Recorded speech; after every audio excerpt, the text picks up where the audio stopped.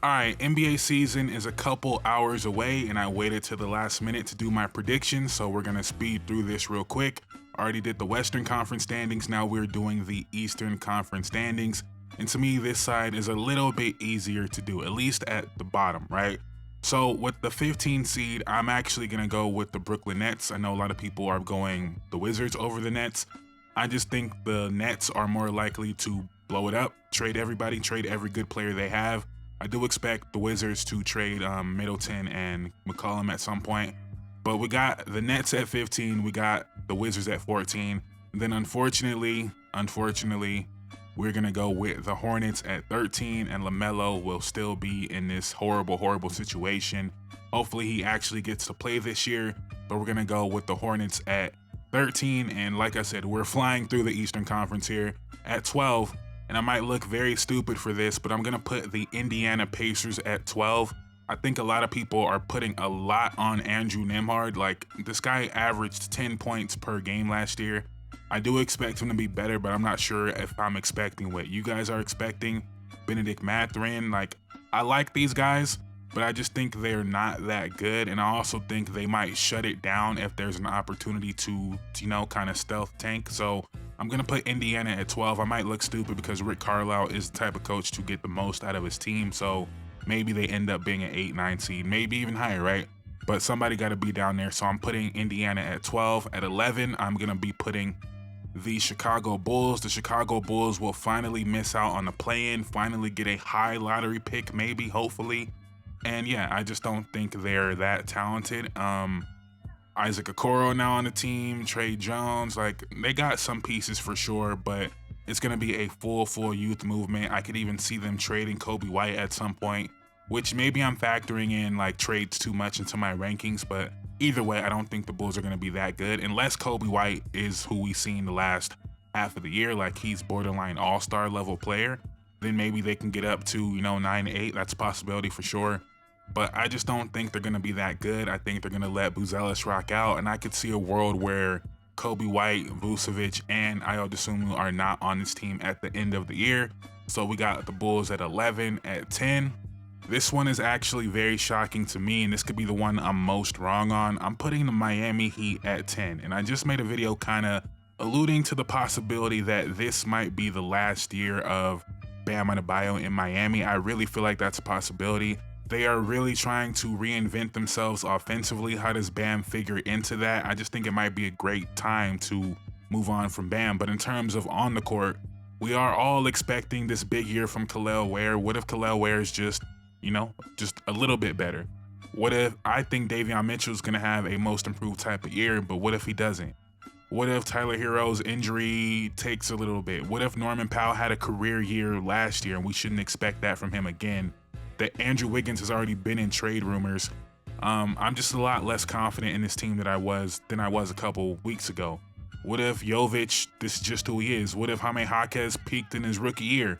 There's a lot of what ifs that can go the other way as well, right? Which is how they could be a 5, maybe even a 4 seed. But I just don't like this team. The more I think about it, and the more I think about Bam, listen, I'm gonna pretty soon, depending on how they start this year, so you guys don't think I'm overreacting, I wanted to do it before the season started, but I didn't have the chance.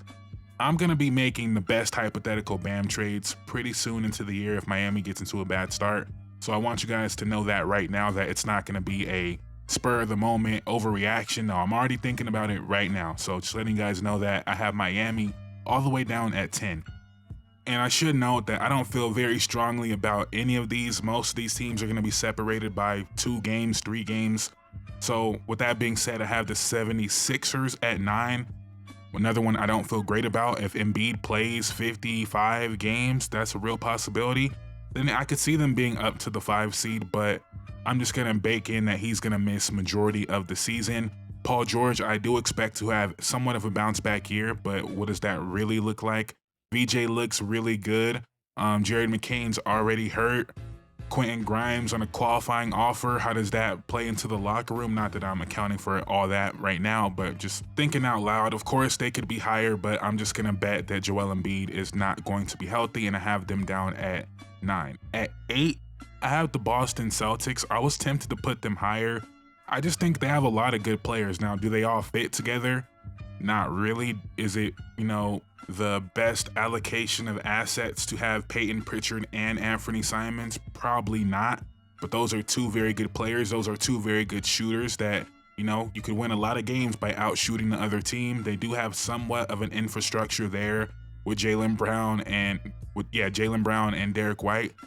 I think they can win a lot of games out shooting people, and I think Jaylen Brown can have a couple nights where he's just the best player on the court, enough for them to be the 8 seed, right? Not saying they're going to be a top 4, top 5 seed, but enough for them to be the 8 seed. Maybe Tatum does actually come back, and who knows, if they were able to get a 7 or a 6 seed, I think Tatum and Brown, if they came back and let's say they match up with whoever that 3 seed is, could be interesting.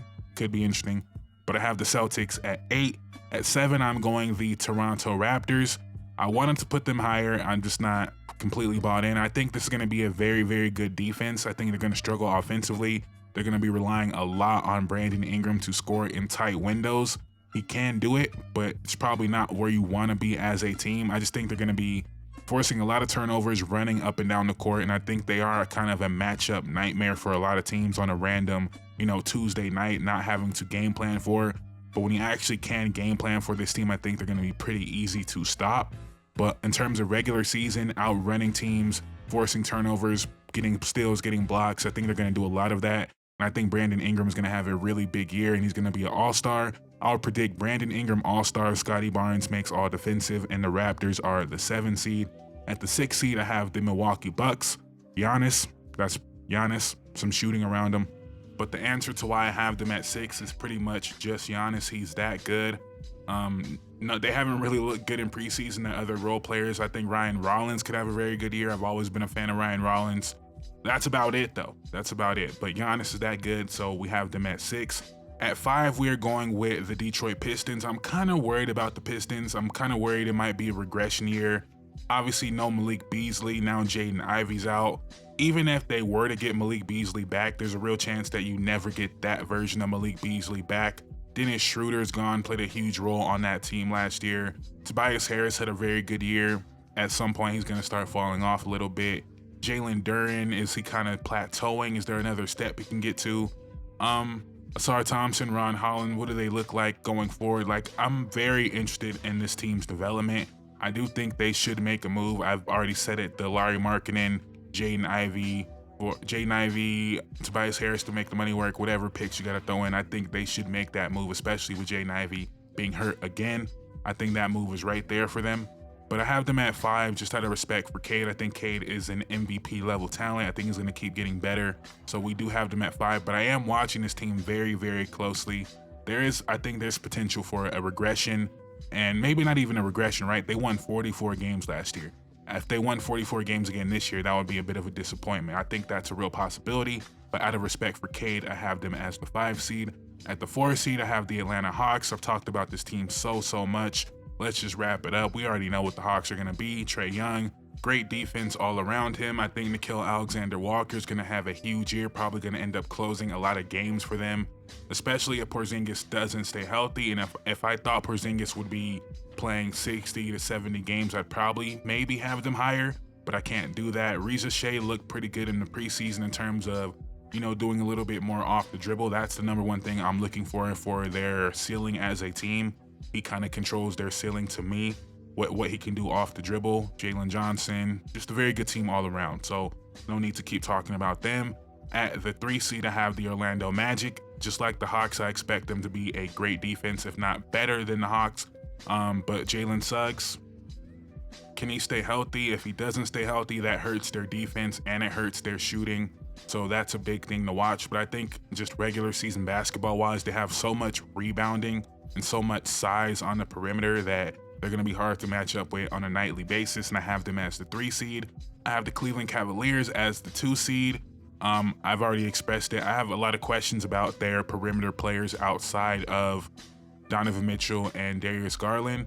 DeAndre Hunter was last year a career year. Very possible that was a career year. Can Lonzo stay healthy? shouldn't really be betting on that. So that's why I have them as the 2 seed. I would talk about them more, but I've talked about them a lot recently. And then I have the Knicks as my number 1 seed. I think Jalen Brunson is going to have a huge year. I think hopefully we will see more of Mikal Bridges on ball as a creator on this team. I think that has to happen for them to hit their ceiling.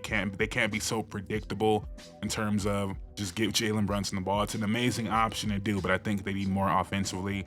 I do think Jordan Clarkson might just not be that good anymore. I am a little bit worried about that. But either way, I think they have enough offensively to get through the regular season, and I have them as my number 1 seed. So those are my Eastern Conference standings. You know, let me know what you think in the comments down below. Let me know if you agree. Let me know your rankings, your standings. And yeah, please like, comment, subscribe. It would mean the world to me. Thank you guys so much for watching. I'm out. Peace.